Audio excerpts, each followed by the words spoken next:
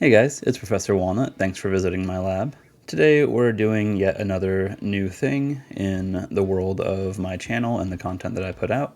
While watching all of the battles taking place at NAIC a couple weekends ago, I really just focused in on the final match, and it was extremely interesting to me, and I kind of wanted to do a bit of an in-depth analysis on it.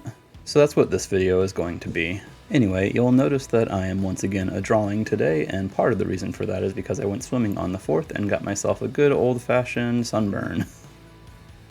So rather than subject y'all to what that looks like, I'm just going to stay a drawing for now, and I'll be back to recording with my face and everything on camera later when I have healed. Anyway, if you like what you're seeing, hit that like button, show this video some support, and it'll let me know that this kind of content is stuff that you'd like to see more of. Heck, if you've got other really interesting sets, send them my way. I would love to take a look at them and see if I can break them down in a similar style as this. You can do that either in the comments section or on Twitter if you want to send them directly to me there. Alright, one last thing real quick. I'm actually going on vacation this coming week, so it's going to be a missed week for me. There won't be a new video, but I will be back the following week. I also will probably be down to mostly one video per week for a little while at least, as things have been pretty busy, and completely honestly, I've been a little bit sucked into Monster Hunter lately. I do feel a little bit like playing Pokemon is beginning to lose my interest, at least to some degree. I still want to play games, and I still will play games, but I think my attention and hype is more on Generation 9 at this point. And of course, I will be here with multiple videos and streams when that's out. Anyway, not a whole lot more to say here, so here goes my breakdown of the finals match at NAIC between James Evans and Gabriel Agati.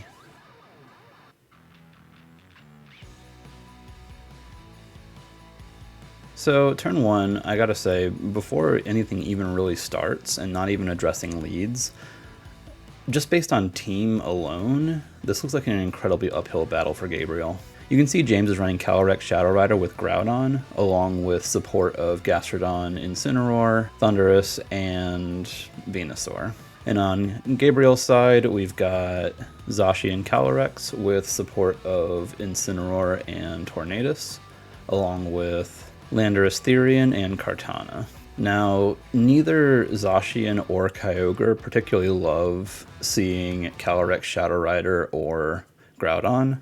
Then to make matters worse, you've got Gastrodon, who Kyogre struggles to damage, and so does Zacian. And you've got Venusaur on James's side for an incredibly fast Pokemon that can potentially KO a lot of Gabriel's Pokemon. And from Gabriel's side, like we just said, I think his team just kind of struggles to do the damage it wants to do against James's team in particular. Looking at these leads, it looks like Gabriel's game plan here was just come in with Zacian and have Tornadus alongside it so it can move quickly and try to hit as hard as possible. James, on the other hand, ended up going a little bit more defensive with some offensive option. Like, Calyrex does significant damage with Astral Barrage, but we'll see later that it's also running Will-O-Wisp, so by leading this, it can either fire off an Astral Barrage quickly or try to burn the Zacian, right?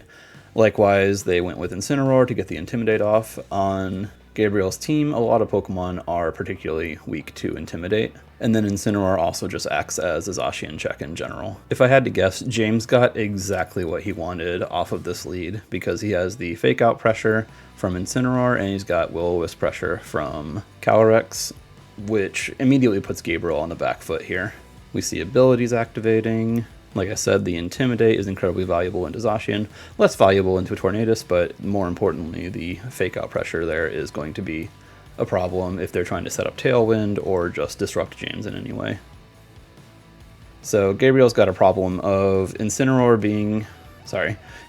pressuring him and Zacian being slower than Calyrex, and so you can see the double protect this turn I think makes a lot of sense, right? So they can bypass a turn of Fake Out and effectively learn what James wanted to do and try to adapt the next turn.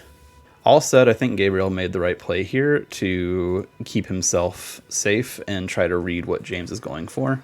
Now James has to think about how he wants to handle the fact that Zacian is going to be faster this coming turn, that he can't stop the Tailwind now. And here, James decides he just wants to stay in. He wants to do damage. And probably more importantly, he knows that after the Intimidate, Calyrex is really not that threatened by Behemoth Blade. Mind you, if it had crit, then Calyrex would go down to its Focus Sash at this point, but yeah, now it just gets to get a free Astral Barrage off and do tons of damage. Likewise, Incineroar can pick up the KO with the Flare Blitz. Now, on Gabriel's side, I don't think he had a much better play to go for here, because he doesn't want to switch any Pokemon in on the Astral Barrage Flare Blitz combination. The best switch he had potentially would have been Landorus, and I'm not sure if he brought it this first game. We'll find out later. After seeing that turn 1 play, he might just be thinking, okay, maybe I get burned, so be it. If it misses, then we're in an even more phenomenal place. On Gabriel's side, I can see the pressure to do damage, but I think a much better option would have been to switch in the Incineroar, which I think was in the back here. That way you won't be hit by the Will-O-Wisp, and you're taking significantly less damage from Astral Barrage, and Incineroar won't be able to KO with Flare Blitz either. Likewise, the next turn you threaten a Fake Out into Incineroar or a Dark Move into Calyrex, which I think is valuable. So we see Zacian go down, and out comes Landorus. So seeing Landorus then, the question is whether or not he actually had Incineroar in the back. I could see him choosing to bring one of his Intimidators and not the other, and between the two, of course, the one that's not super effectively hit by Groudon's moves might be the better one. So I can understand the choice, but not having Incineroar here on this first turn kind of hurts him. So James decides here that Incineroar is threatened and also not doing too much on his side of the field right now. So he thinks, okay, I'm going to switch Incineroar out to something that's not really going to take that much damage here. Honestly, I think this is a good move. Calyrex just protects, I guess scouting out for what they want to do, burning a turn of Tailwind. Also notably, the sun coming out will reduce the accuracy of Hurricane there, so yeah, bringing Groudon out here I think was always the best move that James could make.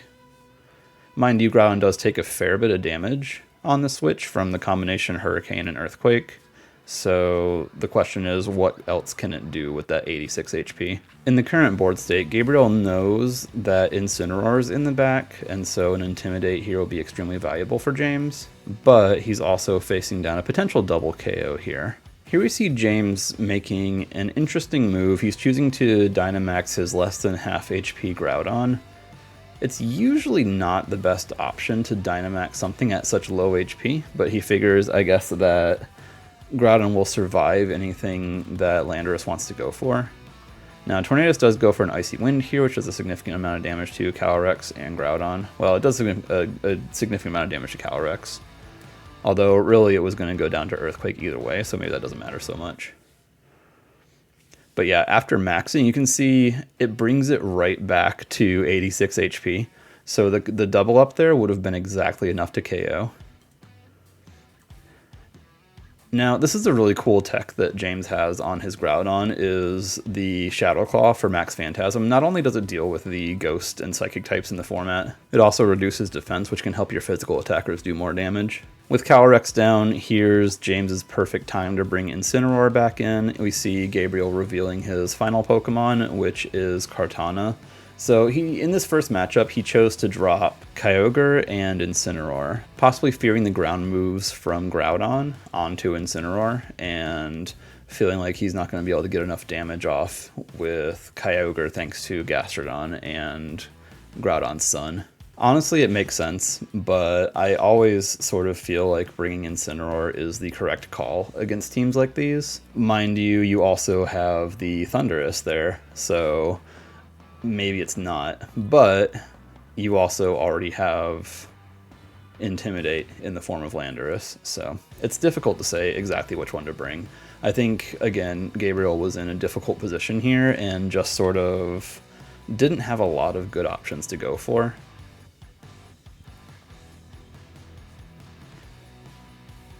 Now, Gabriel hadn't maxed yet, so here he is maxing Kartana, At this point in the game, that's probably his best option, although I think there was at least some argument for maxing the Landorus. But Kartana does have access to a free KO here on Groudon. However, if its partner doesn't get the chance to KO Incineroar, then Incineroar is just going to do a huge chunk of damage to this thing. Another thing in this set is that we see Gabriel continually going for rock moves rather than ground moves onto Incineroar.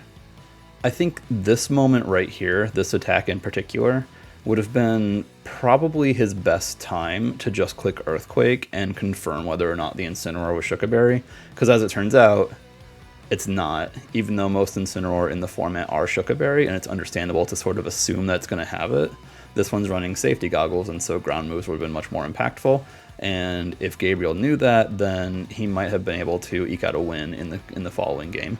But here he's behind enough that I think scouting for the Shuca Berry would have been smarter. Especially as we see here that Flare Blitz just picks up a one-hit KO in the sun on the Kartana. Of course, that brings Incineroar down too. However, now it's Gastrodon versus the Landorus.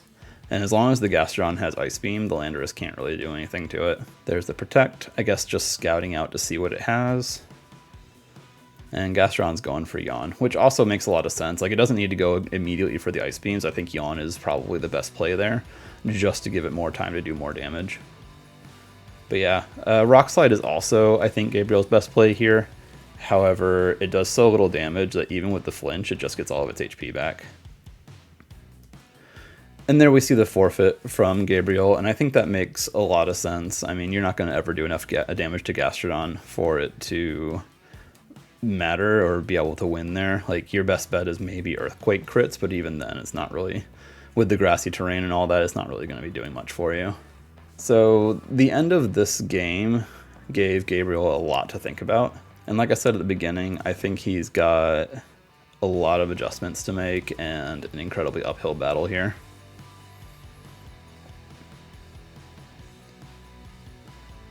Here we are at the beginning of game 2, and James is incredibly comfortable with this lead, I think. And I think it's completely reasonable for him to feel incredibly comfortable here, right? Again, like I said at the start of the first battle, Intimidate is incredibly valuable on more than half of Gabriel's team, and Fake Out helps any sort of disruption or buffing that the Tornadus wants to go for. So Incineroar is absolutely the correct lead here. And I think next to Calyrex, which just puts on so much pressure, Gabriel's choice of lead here, just going back to what he led in the first game as well, I'll just say he needs to have some sort of strong option in the back in order to get out of just having a very similar situation. Of course, we'll probably also see them making slightly different variations on their turn 1 moves, but we'll find out what that looks like here in a moment. So Gabriel just decides to go with his same turn 1 play just to bypass the Fake Out. Again, this makes a lot of sense, and we'll just have to see how he adapts into the second turn, because that's where things just have to change. You see James, rather than going for the Will-O-Wisp, just opts for Astral Barrage instead, which also makes sense because it does enough damage that you don't necessarily need the Will-O-Wisp here, especially with Incineroar threatening a KO with Flare Blitz. Now, this time James actually makes an adjustment here, whereas Gabriel also makes a bit of an adjustment. Instead of clicking Tailwind with Tornadus, he just goes for Icy Wind, which Calyrex avoids. Honestly, that's probably at least a little bit game swinging. And Gastrodon does not really care about getting its speed lowered here. The adjustment that Gabriel made was to focus down the Incineroar more so than the Calyrex, which I think was a dangerous choice personally, because you can't let Calyrex get steamrolling. Otherwise, it just gets so many boosts that it can't really be stopped. So yeah, here's the Astral Barrage. It's going to do significant damage again to the Zacian. Not enough for a KO, which is notable, and obviously the protect there was entirely based around the idea of stopping Calyrex from being able to get a boost, and then we see the Earth Power from Gastrodon, just able to KO Zacian. That's the thing, is that James had this switch to make simply because both Incineroar and Gastrodon could threaten the KO onto Gabriel's Zacian here. So this is where Gabriel decides to send out Kartana. I think probably because Gastrodon has... well, it's got a free KO onto Gastrodon, basically, but it's also going to force a Gastrodon switch more than likely. But you see James deciding here that the switch is so telegraphed that he just wants to keep Gastrodon in, and that ends up being huge for him because Gastrodon survives the turn and gets a yawn, I believe, onto the Kartana here. Yeah, so now Kartana, even though it has the boost, has to either switch out or fall asleep next turn, which puts it in an incredibly awkward position. Even worse, this is a perfect time for James to bring in Incineroar, which removes the boost, and also threatens a KO, especially if Gastrodon decides to switch out here into the Groudon that's probably in the back. You can see James and Gabriel are both down 1 restricted, but just off of what Pokemon are left and what we've seen so far, James does feel like he has a much better position in this battle. Once again, Incineroar going for Fake Out on the Tornadus, and Kartana does take the KO on Gastrodon, saying, okay, well, I'm going to sleep, but at least I take the Gastrodon out. Feels like a little bit of a risky play from James, but at the same time, it gets the Kartana to sleep, which is a huge advantage right now for James. Because Groudon can freely come in, set up the Sun, and once again, Incineroar threatens that knockout from Flare Blitz. And we see Gabriel clicking Hurricane again in the Sun. At that point, honestly, you're kind of asking for a miss, and then Fire Punch here just KOs Kartana. Likewise, Flare Blitz just picks up the KO here, leaving only his last Pokemon in the back. It's going to end up being Landorus, so he gets to do an Intimidate on both of these Pokemon. And of course, we're down to what will amount to the final turns of the game. So Gabriel's going to max, and likewise, James is going to max. And in this turn, James actually makes a really smart play, right? Like the last game, he saw the White Herb activate on the Landorus when he used Max Phantasm from Groudon. And he's actually going to run that back again. He's going to hit it with Max Phantasm, drop the defense, and get the White Herb to proc. And then he's going to Parting Shot with the Incineroar, which will end up letting that Parting Shot stick instead of being erased by the White Herb, making Landorus do much less damage. Now here comes the Max Rockfall. Again, this would have KO'd the Incineroar if it was a Max Quake. But like I said, here's the Max Phantasm, and then the Parting Shot after the defense falls and the White Herb activates. Again, that would have been a KO onto Incineroar if it was a Max Quake, and if he had scouted for the Shuka Berry in the previous game when he knew he was behind. I think that would have been extremely beneficial for him. But now he realizes that it's actually Goggles, right? Because the Incineroar took no damage from the Sandstorm here. And now he'll be forced to use another turn to KO the Incineroar or just let it live. But yeah, he goes for the Max Airstream here. I don't think he had a much better play to go for, honestly. Max Quake wasn't going to give, like the special defense boost from Max Quake wasn't going to do much for him. The Rockfall didn't really do much for him, and Airstream was probably just clicking a move to do the last little bit of damage. But yeah, we get a Max Flare here to set the Sun back up again. And I believe we end up staying in the Sun. Yeah, because he Max Guards this coming turn, so that Max Phantasm can't drop his defense, which makes a lot of sense. The Sun at this point isn't really relevant, aside from letting Fire Punch do more damage. So there is an argument to be made about whether or not he wanted to take that defense drop in exchange for getting the Sandstorm back up, but I don't think it would have made that much of a difference, to be honest. Because yeah, here's Fire Punch. Does a lot, doesn't KO, but he needs a lot to go right here. He would need a crit to win, and even then it might not be enough. I'm not too sure. So instead, he decides to opt for flinches, but that's such little damage that even a number of flinches wouldn't really do it for him. So, and yeah, we have James's incredibly epic pop-off here.